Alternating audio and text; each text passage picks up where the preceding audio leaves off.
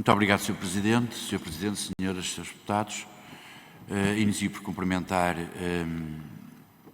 a Sra. Presidente do Tribunal de Contas, a Sra. Conselheira Filipe Urbano Calvão e a restante equipe e a quem desejamos um auspicioso mandato à frente do Tribunal de Contas. Nós selecionámos aqui três conjuntos de questões, depois em função da evolução do tempo veremos. Um primeiro sobre as questões da proposta de lei do Orçamento de 2025, depois um segundo sobre a atividade do Tribunal de Contas e um terceiro sobre a qualidade da informação reportada. Mas, focando-nos nas questões do Orçamento para 2025, ou da proposta, queria colocar a seguinte questão ao Tribunal de Contas. Como veem a evolução do saldo estrutural e que importância é que este saldo tem para prevenir ciclos económicos de estagnação e recessão? Sendo que, como é público, o atual Governo usou e tem estado a usar o saldo estrutural, convertendo em despesa estrutural.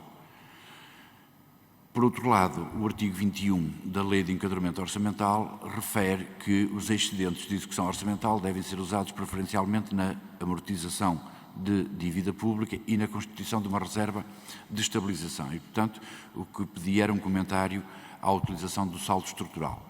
Depois, sobre a dívida pública, que perspectivas, como é que comentam a evolução dos últimos anos e que perspectivas é que se vos oferecem para o curto e médio prazo? Relativamente às questões de solidez das finanças públicas portuguesas, como é que consideram que grau de solidez é que as nossas finanças públicas apresentam, que evolução têm tido e que riscos também se podem perspectivar no médio prazo? A questão da segurança social e da sustentabilidade do Fundo de Estabilização Financeira da Segurança Social já foi aqui abordada também, mas se puderem dar mais pormenores sobre a evolução, agradecemos. Depois também uma questão sobre o investimento público. É sabido que o Governo anterior previa usar os excedentes orçamentais para prevenir a queda abrupta do investimento público pós-PRR. Qual é a perspectiva do Tribunal de Contas para a trajetória do investimento público, na medida em que, a partir de 2026, poderemos sofrer uma queda abrupta deste mesmo investimento? E depois a questão também das cativações, que também já foi aqui abordada. Registra-se um aumento das cativações, que tão criticadas têm sido ou tinham sido no passado recente, e agora o que se verifica no orçamento ou na proposta de lei de orçamento para 2025 é um aumento de 500 mil milhões para 515.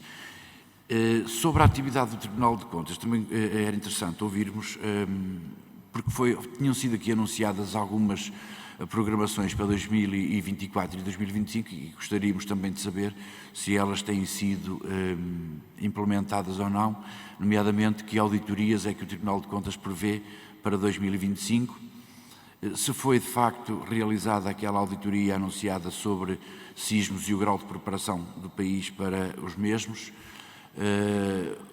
Um outro estudo que também tinha sido anunciado sobre o envelhecimento da população e o respectivo impacto económico ou financeiro nas finanças públicas do país, e também uma questão sobre ODS. O relatório do Orçamento do Estado de 2024 continha um capítulo sobre ODS e que é que o Tribunal de Contas acha do relatório para 2025. Também uma questão sobre as isenções e as dispensas de fiscalização prévia dos contratos. O Tribunal de Contas considera que o mecanismo de fiscalização prévia atrasa a administração pública, que a duração média de um visto, qual é a duração média da atribuição de um visto prévio e quantos casos é que têm existido ou existiram ano passado de recusa de visto prévio. O ano de 2024, houve mais ou menos recusas de visto prévio e houve mais ou menos contratos para fiscalização.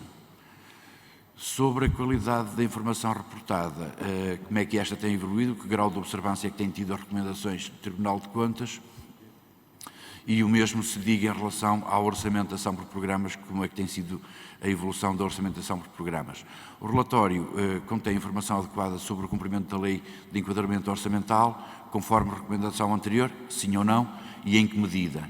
E já agora também como é que está o processo de transição das administrações públicas para o SNCAP. E depois também aquela questão da despesa fiscal e da transparência da despesa fiscal. E para já era só. Muito obrigado.